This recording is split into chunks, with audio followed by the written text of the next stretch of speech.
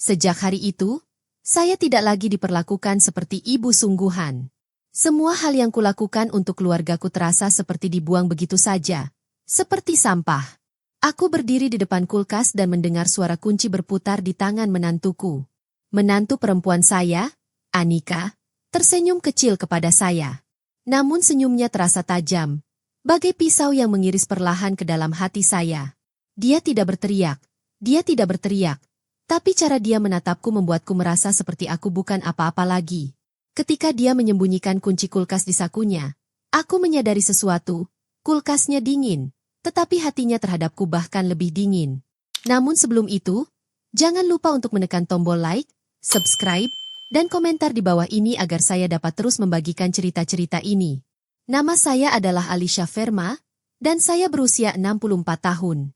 Tubuhku tidak sekuat sebelumnya, tetapi pikiranku masih jernih. Saya tinggal di rumah putra sulung saya, Rohan, di pinggir kota Bandung.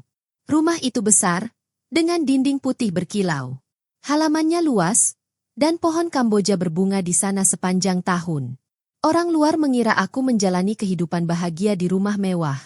Namun kenyataannya, saya merasa seperti tamu yang tidak diinginkan di sini. Pagi itu, saya bangun pagi.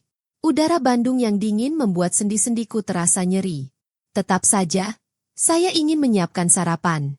Saya berencana memasak sup sayur sederhana, tempe goreng, dan saus sambal. Makanan sederhana, tapi selalu mengingatkanku pada masa lalu. Saat dapur adalah milikku, dan keluargaku tertawa bersama di meja makan. Saya pergi membuka kulkas untuk mengeluarkan wortel dan kubis. Namun tanganku berhenti. Gagang kulkas tidak bisa digerakkan, terkunci. Aku mengerutkan kening dan mencoba lagi. Masih terkunci. Lalu saya mendengar langkah kaki ringan. Anika masuk. Dia mengenakan pakaian mewah yang tampak seperti berasal dari butik, meskipun itu hanya pakaian tidur. Rambutnya diikat rapi, dan dia memegang secangkir kopi panas. Saya sudah mengunci kulkasnya. Bu, supaya makanannya lebih awet, katanya lembut. Perkataannya kedengaran baik, tetapi matanya mengatakan hal lain. Matanya menatapku seperti aku adalah seorang anak kecil yang tidak mengerti apapun. Kenapa dikunci? Itu makanan untuk kita semua, tanyaku pelan. Anika mengangkat alisnya. Aku cuma mau semuanya rapi. Kalau kamu mau masak, bilang aja. Aku akan ambilkan untukmu, katanya sambil tersenyum. Dia berjalan kembali ke kamarnya, meninggalkan aroma kopi. Kunci kulkas ada di sakunya. Dan saat itu saya tahu, ini bukan hanya tentang makanan. Itu tentang kekuasaan. Hari itu, saya duduk di kursi kayu dekat jendela dapur. Mataku memandang keluar, tetapi pikiranku jauh. Saya ingat ketika Rohan masih kuliah di Jakarta. Aku menjual cincin kawin peninggalan mendiang suamiku agar aku bisa membayar biaya kuliahnya. Aku teringat malam-malam ketika aku tetap lapar. Hanya minum air. Agar Rohan bisa makan nasi hangat. Saya ingat pertama kali Anika datang ke rumah ini sebelum menikah dengan Rohan. Dia cantik, sopan, dan baik hati. Orang-orang mengatakan saya beruntung memiliki menantu perempuan seperti dia. Saya berharap dia benar-benar tulus. Tapi saya salah. Hari demi hari, perawatannya semakin memburuk. Dapur bukan lagi milikku. Setiap kali saya mencoba memasak, dia selalu mencari alasan untuk menghentikan saya. Katanya aku membuang terlalu banyak bumbu. Dia bilang aku tidak tahu cara menyimpan makanan dengan benar. Dia bahkan mengatakan saya membuat cucu-cucu saya sakit perut dengan makanan desa. Aku tetap diam. Bukan karena aku tidak bisa melawan, tetapi karena aku tahu Rohan akan selalu berpihak padanya. Suatu sore, saya duduk di teras dan memperhatikan anak-anak tetangga pulang sekolah. Buku-buku mereka tua dan robek, tetapi tawa mereka ceria. Saya memanggil mereka dan bertanya apakah mereka butuh bantuan mengerjakan pekerjaan rumah. Awalnya hanya satu anak yang datang, lalu dua, lalu tiga. Mereka duduk di kursi rotan sementara saya mengajari mereka membaca, menulis, dan berhitung. Tawa mereka menghangatkan hatiku. Mereka memberiku sedikit uang saku. Saya menyimpannya, koin demi koin. Lalu suatu hari, saya melihat sebuah iklan di pasar. Kulkas kecil bekas untuk dijual. Harganya pas untuk uang yang saya hemat. Aku membelinya secara diam-diam dan menaruhnya di sudut kamarku. Bukan untuk bertarung, tapi untuk memiliki ruang sendiri. Tempat di mana tidak seorang pun dapat mengontrol kapan saya boleh menyentuh makanan. Namun di rumah ini, rahasia tidak akan pernah bertahan lama. Suatu malam, Rohan sedang bekerja, dan Anika sibuk mempersiapkan acara keluarga. Tiba-tiba, dia mengetuk pintu rumahku. Wajahnya tampak tegang. "Nyonya, bolehkah saya meminjam beberapa kue dan lauk yang Anda siapkan? Para tamu sudah datang, tapi cateringnya terlambat," pintanya. Aku tersenyum tipis, berdiri, dan membuka kulkas kecilku. Aroma makanan menyebar hangat. "Makanannya segar. Kuncinya ada padaku," kataku lembut. Untuk pertama kalinya, aku melihat senyum Anika bergetar. Topeng anggunnya terlepas. Keesokan paginya, Bandung basah karena hujan. Udara dingin menyusup ke dalam kamarku. Aku menarik selimutku lebih erat, mengingat masa lalu ketika aku tinggal di rumah sewaan kecil bersama Rohan kecil. Saat itu, hujan membuat saya harus bergegas, mengambil cucian, menutupi kayu bakar, dan menampung air yang menetes. Sekarang, tidak seorang pun meminta saya melakukan apapun. Aku mendengar suara Anika di luar kamarku, berbicara dengan manis di telepon. "Ya, aku akan membawa kuenya sore ini. Jangan khawatir, pasti enak," katanya sambil tertawa. Tawa yang sama yang pernah membodohi saya hingga percaya bahwa dia baik. Saya keluar untuk membuat teh hangat. Tetapi sekali lagi, kulkasnya terkunci. Anika mendongak dari teleponnya. "Kantong teh ada di lemari. Jangan terlalu banyak gula, nanti habis," katanya manis. Tapi suaranya terdengar memerintah. Aku mengangguk dan membuat teh. Lalu cucuku Reansh berlari ke arahku sambil membawa mobil-mobilan miliknya. "Nenek, aku mau roti coklat," katanya sambil tersenyum cerah. Hatiku sakit. Kemarin aku diam-diam membelikannya roti coklat, tapi terkunci di lemari es. "Reansh, kita tanya ibumu dulu, ya?" kataku pelan. Anika segera bergabung. "Reansh, sudah kubilang rotinya untuk besok. Tunggu sampai aku setuju," katanya sambil tersenyum, melirikku.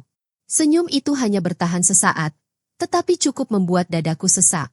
Hari demi hari, aku menyadari setiap kunci yang dipegang Anika bukan hanya untuk mengunci barang. Itu adalah simbol bahwa saya tidak mempunyai kendali di rumah ini. Tapi aku tidak menyerah. Pelajaran privat di teras bertambah. Lebih banyak anak datang dengan buku catatan dan pensil. Dari mereka, saya tidak hanya mendapat uang tetapi juga harapan baru. Saya menabung cukup untuk membeli kebutuhan sehari-hari saya sendiri. Telur, tempe, sayur-sayuran, kue. Aku menyimpannya rapi di lemari es kecilku, dapur kecilku sendiri. Suatu sore, Anika memanggilku ke ruang tamu. Rohan juga ada di sana. "Nyonya, kita perlu bicara," katanya. Anika menjelaskan, "Akhir-akhir ini kamu belanja sendirian dan menyimpan makanan di kamarmu. Aku khawatir itu bisa menimbulkan masalah. Makanannya bisa basi, atau anak-anak bisa memakannya tanpa izin." Rohan menambahkan, "Ya, mungkin berantakan." Anika hanya khawatir soal kebersihan. Aku menatap mereka. Dalam hati, aku tertawa getir. Mereka bilang ini soal kebersihan, tapi saya tahu, ini soal kontrol. Kalau kamu nggak nyaman, aku akan merapikan semuanya. Tapi kulkas kecilnya tetap di kamarku, kataku tegas. Anika tersenyum tipis, tetapi aku melihat ketegangan di wajahnya. Dia tidak menyangka aku akan menyimpan kulkas itu. Malam itu, aku mendengar langkah kaki pelan di luar kamarku. Gagang pintunya bergerak, tetapi saya sudah menguncinya dari dalam. Setelah beberapa saat, langkah kaki itu menghilang. Pada hari-hari berikutnya, sikap Anika semakin tajam, meskipun ia menyembunyikannya dengan kata-kata manis. Dia menawariku makanan, tetapi dalam porsi kecil. Dia memuji masakanku di depan para tamu, tetapi mengkritiknya saat kami berdua saja. Dia mengobrol dengan saya, tetapi setiap kata-katanya terasa seperti jebakan. Kemudian tibalah saatnya berkumpulnya keluarga besar. Rumah itu penuh dengan sanak saudara. Anika sibuk di dapur, tetapi cateringnya terlambat. Wajahnya tampak khawatir. Rohan tidak ada di rumah. Dia sedang pergi bekerja. Akhirnya, Anika mengetuk pintuku lagi. Nyonya, bolehkah saya meminjam kue dan piring Anda? Para tamu sudah menunggu. Pintanya lembut, nyaris memohon. Aku membuka kulkas kecilku. Aroma makanan memenuhi udara. Makanannya segar. Kuncinya ada di saya, kataku lagi. Wajahnya memerah, tetapi dia memaksakan senyum. Kali ini senyumnya tak lagi anggun. Saya membawakan makanan itu kepada para tamu. Semua orang memujinya. Wah, ini enak sekali. Anika yang masak ini? Tanya seorang bibi. Anika hanya tersenyum kaku. Ia tidak menjawab. Saat itu juga, aku merasakan luka yang diberikannya padaku mulai sembuh. Perlahan-lahan, aku mengembalikan rasa sakit itu padanya. Namun saya juga tahu, ini bukanlah akhir. Ini baru permulaan. Pagi itu, udara Bandung terasa lembab dan berat setelah hujan semalam. Saya sedang menyapu teras perlahan-lahan. Tak lama kemudian, anak-anak tetangga mulai berdatangan ke rumah saya untuk les privat. Mereka membawa buku catatan. Beberapa buku tampak tua dan kusam. Beberapa bahkan sampulnya robek. Namun, wajah-wajah gembira dan kegembiraan anak-anak selalu membuatku lupa betapa sempit dan kecilnya rumah ini. Masuk, masuk, kataku sambil tersenyum. Mereka duduk di kursi rotan, mata mereka penuh energi. Suara tawa dan bacaan mereka memenuhi ruangan. Tapi kemudian aku melihat Anika berdiri di pintu dengan tangan bersedekap. Ia berkata dengan lembut namun tegas, "Bu, jangan terlalu berisik, ya? Reyansh mau tidur siang." Aku menatap anak-anak, lalu mengangguk. Baiklah, anak-anak, ayo kita membaca lebih pelan. Mereka juga mengangguk dan melanjutkan pelajaran. Tapi aku tahu alasan Anika sebenarnya bukan hanya karena kebisingan. Dia tidak ingin anak-anak merasa nyaman di sini. Dia berharap mereka tidak akan kembali lagi. Namun, kata-katanya memberi saya ide. Saya memutuskan untuk memindahkan les ke rumah salah satu siswa di dekat sini. Suasananya lebih tenang, dan para orang tua bahkan menyiapkan minuman dan camilan untuk anak-anak. Yang mengejutkan saya, para orang tua menyukai ide itu, dan tak lama kemudian semakin banyak siswa yang datang. Dengan uang tambahan yang kudapat, aku membeli kompor listrik kecil, wajan, dan peralatan dapur lainnya. Semuanya kusimpan rapi di kamarku, tersembunyi dari Anika dan Rohan. Beberapa minggu kemudian, saya dengar dari tetangga bahwa Anika aktif di acara-acara sosial perempuan di kompleks. Dia sering membawa kue dan makanan untuk dibagikan. Namun, tetangga bilang terkadang kue-kue itu dari toko, padahal dia sendiri yang membuatnya. Saya hanya tersenyum tipis mendengarnya. Suatu sore, ketika saya sedang mengupas bawang untuk pelajaran memasak keesokan harinya, Anika masuk ke kamar saya tanpa mengetuk. Ia membuka kulkas kecil saya dan berkata, "Bu, Ibu punya banyak sekali bahan makanan. Bolehkah saya pinjam? Nanti saya ganti." Ia segera mengambil telur, mentega, dan beberapa buah. Saya membiarkannya. Terkadang lebih baik memberi orang tali panjang. Mereka lupa bahwa talinya juga bisa ditarik kapan saja. Hari pertemuan pun tiba. Saya sengaja datang terlambat ke rumah ketua komplek, membawa sepiring kue lapis warna-warni. Aroma pandan dan santan memenuhi ruangan begitu saya masuk. "Wah, ini sungguh lezat, Bu Alicia," kata salah satu ibu sambil tersenyum padaku. Anika duduk di ujung meja. Rahangnya terkatup rapat saat orang-orang memuji kueku. Aku bisa melihat ia tidak senang. Sejak saat itu, saya tidak lagi menunggu apresiasi. Saya menciptakan peluang sendiri. Saya mulai memasak kue dan lauk untuk tetangga yang memesan secara diam-diam. Mereka mengambilnya di rumah murid saya, dan uangnya langsung saya terima. Suatu malam, ketika aku sedang menyiapkan bahan-bahan, Rohan pulang lebih awal. Ia mengetuk pintuku. "Bu," katanya pelan, "Anika bilang ibu sibuk memasak untuk orang lain." Aku menatapnya dan menjawab dengan lembut, "Ya, Nak. Aku sibuk agar tidak merasa terjebak. Kalau aku diam saja, apa ada yang peduli?" Rohan tidak menjawab. Matanya bergerak seolah ingin membela Anika, tetapi tak sepatah kata pun terucap. Ia hanya menghela napas dan meninggalkan kamarku. Setelah itu, Anika mulai bersikap aneh dan ramah. Ia menawarkan bantuan untuk memasak, bertanya apakah saya butuh bahan tambahan, dan bahkan meminjamkan piring besar untuk kue. Tapi saya tahu ini bukan pertanda damai. Ia hanya ingin mencari sumber penghasilan saya. Suatu hari, saya membiarkannya membantu. Sengaja, saya menaruh beberapa bahan yang hampir kedaluarsa di atas meja. Anika membawanya pulang untuk membuat kue bagi teman-temannya. Keesokan harinya, saya dengar dari tetangga bahwa kue yang dibawa Anika rasanya asam. Orang-orang bersikap sopan, tetapi mereka berbisik-bisik tentang hal itu. Anika tidak pernah menceritakannya kepada saya, tetapi saya tahu dia mengerti bahwa saya tahu apa yang terjadi. Sejak saat itu, permainan diam kami terus berlanjut. Kami saling memperhatikan dengan saksama, menguji batas kemampuan satu sama lain. Namun kali ini, aku bukan lagi yang lemah. Aku yang mengatur papan, dan Anika perlahan-lahan kehilangan bidaknya. Namun, saya tahu badai yang sesungguhnya belum datang. Malam itu, hujan turun deras, mengetuk-ngetuk genteng bagaikan ribuan jari. Aku duduk di kursi rotan, menatap kulkas kecilku. Cahaya redup memantul dari panci dan wadah makananku. Sebelumnya di hari yang sama, salah satu murid saya, Kiara, memberitahu saya bahwa ibunya ingin memesan kue untuk acara keluarga besar minggu depan. Hal itu wajar saja, tetapi acara ini akan diadakan di sebuah kompleks perumahan elit, tempat banyak teman Anika tinggal. Saya tahu ini momen penting. Keesokan paginya, aku pergi ke dapur pagi-pagi sekali. Udara Bandung yang dingin membuat sendi-sendiku kaku, tetapi aku terus bergerak. Anika masuk, segar setelah mandi, mengenakan gaun sutra bermotif bunga-bunga. Ia tersenyum tipis dan membuka lemari.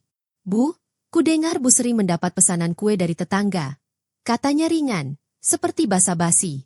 "Ya," jawabku tenang. "Ada yang minta kue atau lauk.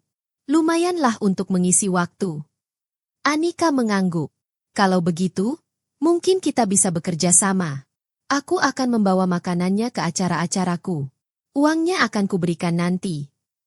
Suaranya terdengar ramah, tapi aku tahu itu hanya cara lain baginya untuk mengendalikanku. "Akan kupikirkan," jawabku. Senyumnya kembali, tapi aku melihat ketegangan di matanya. Malam itu, saya mendengar Anika dan Rohan berbicara keras di ruang makan. Nada suara Anika datar, tetapi suara Rohan lebih tinggi dari biasanya. Keesokan harinya, seorang tetangga memberitahu saya bahwa ia melihat mereka bertengkar di teras. Topiknya adalah saya. Rohan bilang saya seharusnya bebas, tetapi Anika bersikeras bahwa itu rumahnya, jadi ia berhak memutuskan. Keretakan dalam hubungan mereka telah dimulai. Di hari-hari berikutnya, Anika sering pulang larut malam setelah acara kumpul-kumpul. Rumah menjadi lebih sepi. Hanya Reanch kecil yang sering mengunjungi kamarku. Dia menunjukkan gambar-gambarnya, memakan kue-kueku, dan terkadang menceritakan hal-hal yang mengungkap kebenaran di rumah itu. "Nenek, ibu, dan ayah sering bicara keras," katanya suatu sore sambil mewarnai. Tapi begitu aku masuk, Mama tiba-tiba tersenyum. Hatiku sakit. Bahkan seorang anak pun bisa merasakan ketegangan di rumah. Lalu, Kiara mengirimi saya pesan. Ibunya suka kue saya dan ingin memesan lagi. Kali ini untuk reuni sekolah. Ia juga ingin memasukkan nama saya ke dalam daftar resmi penyedia catering. Saya setuju. Reuni itu diadakan di sebuah gedung SMA yang besar. Banyak tamu datang. Ketika saya mengantarkan pesanan, orang-orang memuji makanan saya dan bertanya apakah saya menerima pesanan dalam jumlah besar. Di antara kerumunan, saya melihat Anika berdiri bersama beberapa perempuan dari kompleks itu. Ia tersenyum lebar, tetapi matanya tajam ketika menatap saya. "Wah, Bu Alicia, masakanmu sungguh luar biasa." "Anika, kamu beruntung punya ibu mertua yang berbakat," kata seorang ibu. Anika hanya tersenyum kaku, rahangnya menegang lagi. Tinggalkan hati di komentar di bawah jika Anda menikmati bagian cerita ini dan ingin mendukung saya. Setelah kejadian itu, rumah terasa lebih dingin. Anika terdiam, dan Rohan pergi ke kamarnya lebih awal. Aku tahu keretakan lain telah terbentuk di antara mereka. Namun, sesuatu yang tak terduga terjadi. Seorang pria paruh baya datang ke rumah. Ia memperkenalkan dirinya sebagai Tuan Baskara, pemilik bisnis catering besar di kota. "Aku dengar tentang masakanmu di reuni sekolah," katanya. "Aku ingin bekerja sama denganmu. Aku bisa memberimu dapur dan bahan baku kalau kamu mau memasak untuk pesanan besar." Aku tidak langsung menjawab. Aku tahu ini akan membuat Anika dan Rohan melihatku lebih jelas. Tapi aku juga tahu ini kesempatan yang tak boleh kulewatkan. Malam itu aku duduk cukup lama di kursi rotan. Aku merenungkan semua yang telah terjadi. Anika mungkin berpikir ini hanya soal kunci kulkas atau siapa yang mengurus rumah. Tapi bagiku, ini jauh lebih dari itu. Ini soal harga diriku, yang dulu diabaikan orang-orang, tapi kini aku mulai mendapatkannya kembali. Aku menatap kulkas kecilku dan tersenyum. Permainannya belum selesai. Retakannya sudah mulai terlihat. Dan aku tahu suatu hari nanti semuanya akan hancur dengan sendirinya. Keesokan paginya, udara di Bandung terasa lebih hangat dari biasanya. Sinar matahari menembus tirai kamarku, membuat panci-panci kecil di atas meja berkilau. Di sudut ruangan, kulkas kecilku berdengung pelan, seolah menyimpan rahasia. Tadi malam, saya hampir tidak bisa tidur. Saya terus memikirkan tawaran Pak Baskara. Beliau datang dengan tatapan penuh percaya diri dan mengatakan masakan saya sangat lezat. Tidak seperti kebanyakan masakan yang pernah beliau coba. Beliau menawarkan saya kesempatan. Beliau akan memberi saya dapur, bahan-bahan, dan bahkan asisten. Saya hanya perlu memasak untuk pesanan besar. Itu akan membuat nama saya dikenal. Dan bisnis saya bisa berkembang melampaui rumah kecil ini. Tapi aku teringat wajah Anika. Aku tahu saat dia mendengar ini, ketenangan palsu yang selalu dia tunjukkan akan hancur. Pagi itu, saya memutuskan untuk menerima tawaran tersebut. Saya mengirim pesan singkat kepada Pak Baskara. Ya, saya setuju. Beberapa menit kemudian, beliau membalas, "Terima kasih, Bu Alicia. Kita mulai minggu depan. Besok saya akan mengirimkan daftar pesanan pertama." Jantungku berdebar kencang. Ini bukan sekadar pekerjaan. Ini langkah besar keluar dari bayang-bayang yang selama ini membelengguku. Sore harinya, Anika pulang dari acara kumpul-kumpulnya. Aroma parfumnya yang mahal memenuhi ruang tamu. Ia melihat saya di meja makan, menulis daftar belanja sambil makan.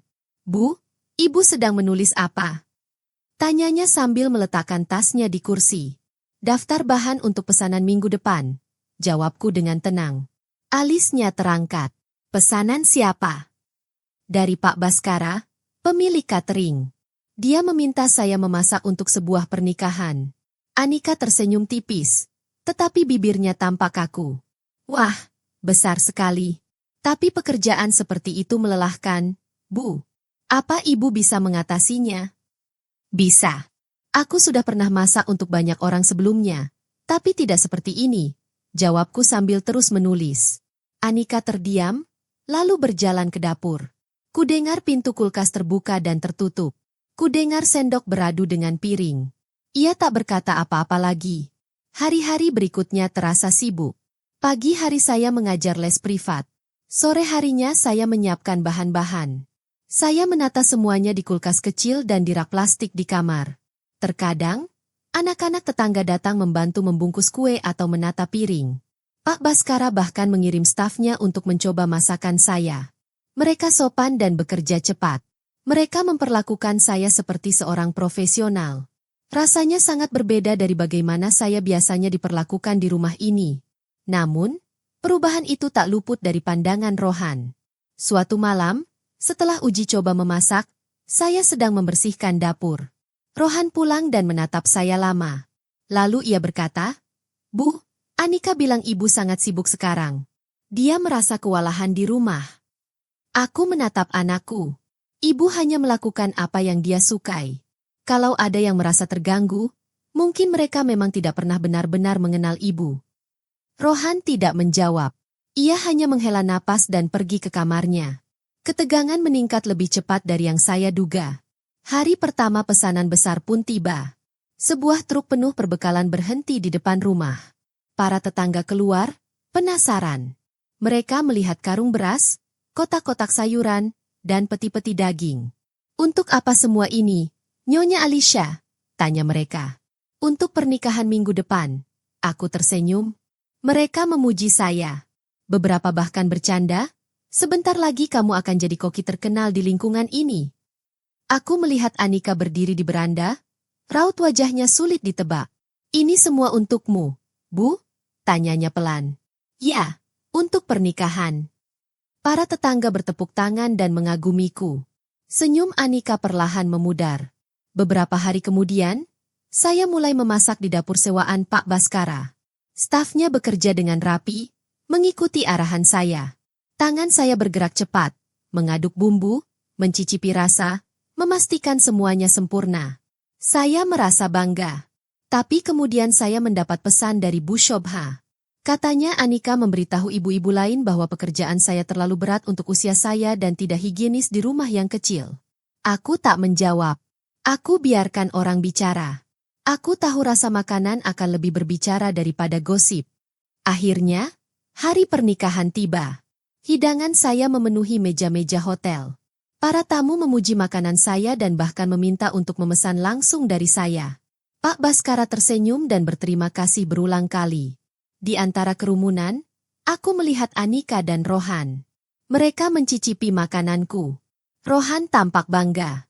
Anika hanya berkata, "Enak, Bu," sambil mengangguk singkat. Aku tersenyum. Aku tak peduli meskipun itu tidak tulus. Aku tak butuh persetujuannya lagi. Malam itu saat makan malam, ruangan terasa hening. Reyansh mengobrol riang tentang sekolah. Namun Rohan dan Anika tetap diam.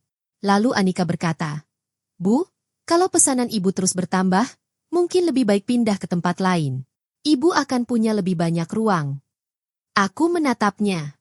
Aku tahu dia ingin aku meninggalkan rumah. "Kita lihat saja nanti," jawabku tenang. Di matanya, aku melihat ketakutan. Retakan di topeng ketenangannya semakin membesar. Aku tahu saat terakhir akan segera tiba. Kemudian, aku duduk di kursi rotanku, melihat daftar pesanan di ponselku. 3 acara besar dalam 2 hari. Aku tak pernah membayangkan ini sebelumnya. Tapi kata-kata Anika terus terngiang di kepalaku, "Mungkin lebih baik kalau kamu pindah." Sore itu, Rohan pulang lebih awal. Wajahnya tampak lelah, tetapi berbeda. Ia duduk di hadapanku. "Bu, aku mau tanya kalau ibu benar-benar pindah, ibu mau tinggal di mana? Aku takut kalau tidak aman." "Kau ingin aku pindah, Men?" tanyaku lembut. Dia menundukkan kepalanya. "Aku tidak ingin kamu pindah. Tapi aku juga tidak ingin rumah ini selalu terasa tegang. Anika bilang kamu terlalu sibuk di rumah dan terlalu banyak orang yang keluar masuk." Aku mendesah. "Teman-teman, ini rumah kalian. Aku cuma di sini. Tapi aku bukan beban. Aku bekerja supaya aku bisa berdiri sendiri." Mata Rohan berkaca-kaca. Ia pergi tanpa bicara. Malam itu, setelah semua orang tidur, aku duduk di beranda. Aku berpikir untuk pindah. Aku teringat sebuah rumah kecil di dekat pasar yang pernah kulihat. Rumah itu punya ruang untuk meja belajar dan dapur kecil. Keesokan paginya, saya pergi melihatnya. Pemiliknya, seorang janda tua bernama Nyonya Malati, menyambut saya dengan hangat. Rumah itu sederhana namun bersih, dengan halaman kecil. Saya sudah bisa membayangkan kulkas saya di sudut, kompor di atas meja, dan aroma masakan memenuhi ruangan. "Kalau kamu mau, kamu bisa pindah bulan depan. Biayanya tidak mahal," katanya. Aku mengangguk. "Akan kupikirkan." Malam itu, saya pulang membawa sayur dan ikan. Anika sedang duduk di ruang tamu bersama 2 ibu. Mereka tertawa pelan. Ketika saya lewat, mereka berhenti. "Kemana saja Anda, Nyonya Alicia?" tanya salah seorang. "Sedang mencari rumah sewa. Tempat untuk memasak dan mengajar." Aku tersenyum. Aku melihat senyum Anika menegang. Ia segera tertawa lagi. Bisnis catering saya semakin berkembang dari hari ke hari. Pak Baskara bahkan sempat bercerita tentang rencana membuka restoran kecil di dekat rumah kontrakan. Katanya, lokasinya cocok untuk pelanggan tetap. Suatu malam, saya mendengar Rohan dan Anika berbicara dengan keras. Anika berkata, "Aku tidak akan nyaman kalau dia pindah ke dekat sini. Semua orang akan tahu dia sukses, tapi aku akan terlihat tidak berguna." Rohan menjawab dengan tegas, "Anika, ini bukan tentangmu. Dia ibuku. Dia berhak bahagia." Aku merasa lega sekaligus sedih. Lega karena Rohan membelaku. Sedih karena rumah semakin dingin. Seminggu kemudian, saya memutuskan. Saya akan pindah ke rumah kontrakan Bu Malati. Bukan karena terpaksa, tetapi karena saya menginginkan ketenangan. Pak Baskara setuju dan bahkan mengirim beberapa asisten untuk menyiapkan dapur. Tak lama kemudian, rumah itu menjadi tempat tinggal dan bekerja yang nyaman. Di hari terakhirku di rumah Rohan, udara terasa berat. Anika nyaris tak bicara. Rohan membantu memindahkan barang-barang. Reyansh berlarian sambil bertanya, "Nenek, kenapa nenek pindah?" Nenek ingin rumahnya sendiri, jadi dia bisa masak banyak.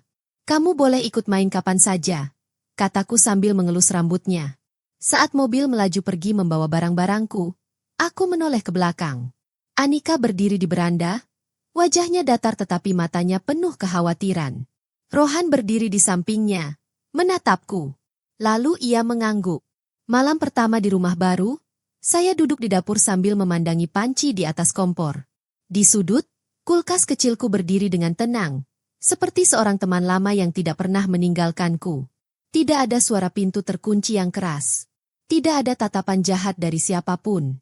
Namun di dalam hatiku, aku tahu ini bukanlah akhir. Ini hanyalah awal dari sesuatu yang lebih besar. Anika mungkin berpikir bahwa karena aku meninggalkan rumahnya, dia menang. Namun saya merasakan kebenarannya. Disinilah pertarungan saya yang sesungguhnya akan dimulai. Seminggu setelah saya pindah ke rumah sewaan kecil Bu Malati, hidup saya mulai banyak berubah. Rumah itu selalu penuh orang dan tercium aroma makanan lezat. Setiap pagi, saya menyalakan kompor listrik, merebus air, dan menyiapkan bahan-bahan yang dibawa oleh staf Pak Baskara. Ruang depan menjadi tempat saya memberikan pelajaran privat. Dapur di belakang menjadi jantung pekerjaan memasak dan catering saya. Awalnya saya khawatir. Apakah pelanggan dapat menemukan rumah kecil ini? Tapi saya terkejut. Lokasinya dekat pasar, jadi orang bisa datang dengan mudah. Pembeli kecil mulai berdatangan, satu persatu, dan menceritakannya kepada teman-teman mereka. Bukan hanya dari Bapak Baskara saja saya mendapat pesanan catering dalam jumlah besar, tetapi juga dari tetangga, sekolah, dan orang-orang yang mendengar nama saya. Suatu sore, saat saya sedang mencampur tepung untuk kue, seorang pemuda masuk sambil membawa kamera. Dia berkata, "Halo, saya seorang jurnalis dari koran lokal. Saya mendengar tentang Anda, seorang guru yang sekarang menjalankan bisnis memasak. Kami ingin menulis tentang Anda untuk kolom khusus kami." Saya tertawa sedikit. "Nak, aku cuma masak. Nggak ada yang penting." Namun bagi banyak orang, cerita kecil itu menjadi sangat besar. 2 hari kemudian, foto saya yang sedang memegang sendok masak besar muncul di halaman depan surat kabar lokal dan media sosial. Tiba-tiba pesanan saya bertambah banyak. Bahkan orang-orang dari kota yang jauh mulai menelepon untuk memesan makanan. Tentu saja berita ini sampai ke Anika. Suatu malam, Rohan mengirimiku pesan teks. "Bu, Anika mau ketemu. Dia mau ngobrol." Saya bilang iya. Tapi saya siap. Kami bertemu di sebuah kafe kecil dekat rumah mereka. Anika tampak rapi, seperti biasa, tetapi saya melihat kerutan kecil di sudut matanya. Dia tampak lelah. "Nyonya, saya ingin minta maaf," kata Anika sambil memegang cangkir kopi. "Aku terlalu keras padamu. Aku terkejut melihatmu tiba-tiba menjadi begitu sukses." Saya tetap tenang. "Anika, nama keluarga ini bukan hanya milikmu atau Rohan. Aku juga bagian dari keluarga ini. Ketika orang memuji masakanku, itu bukan untuk merendahkanmu." Anika terdiam. Tangannya gemetar saat memegang cangkir. Obrolan kami berakhir dengan hening. Tak ada pelukan. Tak ada janji. Hanya hening. Namun beberapa hari kemudian, saya mendengar kabar dari Ibu Shobha. Ia berbisik hati-hati, "Anika pergi ke pasar. Dia memberitahu pemasok makanan bahwa dapurmu kotor dan terlalu kecil untuk pesanan besar." Saya hanya tersenyum. Dia tidak tahu salah satu pemasok itu adalah teman dekat Tuan Baskara. Tak lama kemudian, berita itu sampai kepadanya. "Bagaimana Anika bisa berkata seperti itu?" kata Tuan Baskara di telepon. "Semua orang tahu makananmu bersih dan lezat. Sekarang orang-orang pasti akan lebih menyukaimu." Dan itu benar. Pelanggan datang, marah atas kebohongan Anika. Mereka bilang mereka akan terus membeli dari saya, dan bahkan memesan lebih banyak lagi untuk membuatnya cemburu. Momen terbesar datang di festival kuliner kota tersebut. Panitia mengundang saya untuk membuka stan. Hari itu, jumlah orang yang hadir sangat banyak. Antrean orang menunggu makananku. Para wartawan dan blogger makanan mengambil gambar. Lalu, aku melihat Anika. Dia berdiri jauh bersama dua temannya, memperhatikanku. Orang-orang berbisik-bisik di sekelilingnya. Tiba-tiba pembawa acara festival datang kepada saya sambil membawa mikrofon. Ibu Alicia Verma, kami ingin memberikan Anda penghargaan usaha kecil inspiratif tahun ini. Tepuk tangan begitu meriah. Saya berdiri dan membungkuk sambil mengucapkan terima kasih. Mataku bertemu dengan mata Anika. Dia menundukkan kepalanya dan berjalan pergi. Malam itu Rohan datang menemuiku, tampak sedih. Bu, Anika pulang dari festival dan diam saja. Katanya dia tidak menyangka semua orang akan membicarakan ibu, bukan dirinya. Aku tersenyum. Nak, dia sudah memilih jalannya sendiri. Aku tak pernah ingin menjatuhkannya. Tapi kalau dia mencoba menjatuhkanku, dia harus siap melihatku bangkit kembali. Rohan menundukkan kepalanya. Maaf, Bu. Akhirnya aku tahu siapa yang benar-benar tulus. Kata-katanya menghangatkan hatiku. Tapi aku tidak terlalu menunjukkannya. Yang terpenting adalah dia peduli pada keluarganya. Sekarang, aku punya jalanku sendiri. Namun, jauh di lubuk hati, aku tahu Anika tidak akan menyerah. Orang-orang seperti dia tidak pernah berhenti setelah satu kekalahan. Tapi saya siap. Saya bukan lagi hanya Alicia Verma seperti sebelumnya. Saya sekarang adalah seorang wanita yang dapat melindungi dirinya dan mimpinya. 2 minggu setelah festival, saya menjadi lebih sibuk dari sebelumnya. Pesanan pun mengalir deras. Bahkan restoran kecil pun ingin menjual kue saya. Setiap pagi, dapur kecilku ramai dengan tawa dan suara orang memasak. Saya tidak pernah merasa sendirian lagi. Namun aku tahu Anika masih memperhatikan. Dia tidak akan menerima kesuksesanku begitu saja. Tak lama kemudian, Ibu Shobha mengirimi saya peringatan lainnya. Hati-hati, Bu. Anika berencana melaporkan dapur Anda ke Dinas Kesehatan. Saya hanya tersenyum. Ini adalah langkah terakhirnya. Jika gosip gagal, jika bisik-bisik gagal, dia akan mencoba menggunakan pejabat. Malam itu, Departemen Kesehatan menelepon saya. Besok kami akan mengunjungi dapur Anda, kata mereka. Saya tetap tenang. Sejak awal, dapur saya bersih, rapi, dan aman. Makanan segar, penyimpanan rapi, peralatan berkilau. Keesokan paginya, 2 petugas datang. Mereka memeriksa segalanya, bahkan mencicipi makanan saya. Wajah mereka tampak bahagia. Bu Alicia, dapur ini sangat bersih dan aman. Kami akan merekomendasikannya untuk sertifikasi. Saya mengucapkan terima kasih pada mereka. Tapi aku tahu berita ini akan sangat menyakiti Anika. 3 hari kemudian, saya diundang untuk berbicara di radio lokal. Saya menceritakan kisah saya, dari memberikan pelajaran hingga pesanan kecil, hingga bekerja dengan catering besar. Saya tidak menyebutkan nama Anika. Saya hanya berkata, dukungan dari orang-orang di sekitar Anda adalah kuncinya. Banyak orang mendengar ini, bahkan kerabat Rohan. Mereka berbagi cerita saya di obrolan grup keluarga, memuji kerja keras saya. Anika juga melihat pesan-pesan itu. Kini, tekanan sosial membebaninya. Pada suatu pertemuan lingkungan, seorang wanita bertanya dengan polos. Anika, kapan kamu mau ikut bisnis ibu mertuamu? Bisnis itu populer banget. Anika tersenyum kaku. Oh, aku sibuk dengan hal lain. Namun di dalam hati, aku tahu kata-kata itu menyakitinya. Ujian terbesar datang pada saat pembukaan cabang catering kecil saya. Tuan Baskara mengundang tamu penting dan tetangga. Saat saya berbicara kepada orang banyak, tiba-tiba Anika masuk bersama Rohan dan Reyansh. Dia tampak elegan. Lalu, dengan suara keras, dia berkata, saya ingin minta maaf. Saya salah menilai Nyonya Alicia selama ini. Semua orang menatapnya. Aku menatapnya dengan tenang. Kalau kamu tulus, aku terima. Tapi ingat, maaf tidak menghapus masa lalu. Kita harus belajar darinya. Anika menundukkan kepalanya. Rohan memegang tangannya. Malam itu, setelah para tamu pergi, Rohan datang sendirian. Wajahnya tampak bebas dan bahagia. Bu, terima kasih sudah memaafkannya. Dia membutuhkannya. Meskipun sulit. Aku tersenyum. Nak, ini bukan tentang dia atau aku.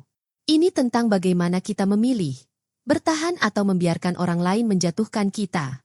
Aku memilih untuk bertahan. Rohan mengangguk. Aku bangga padamu, Ibu. Hari-hari setelah itu damai.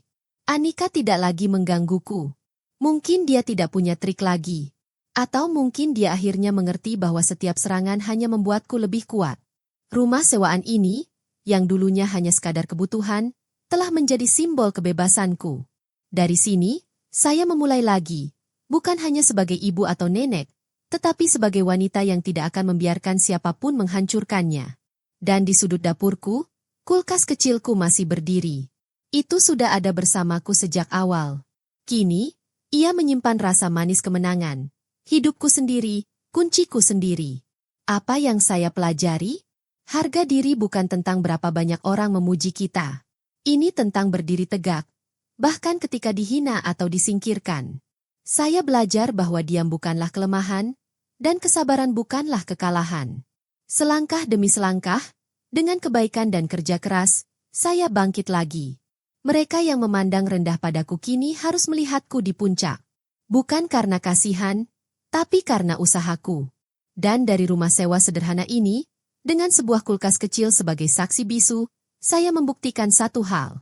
Setiap orang berhak memegang kunci kehidupan mereka sendiri, tanpa meminta izin siapapun.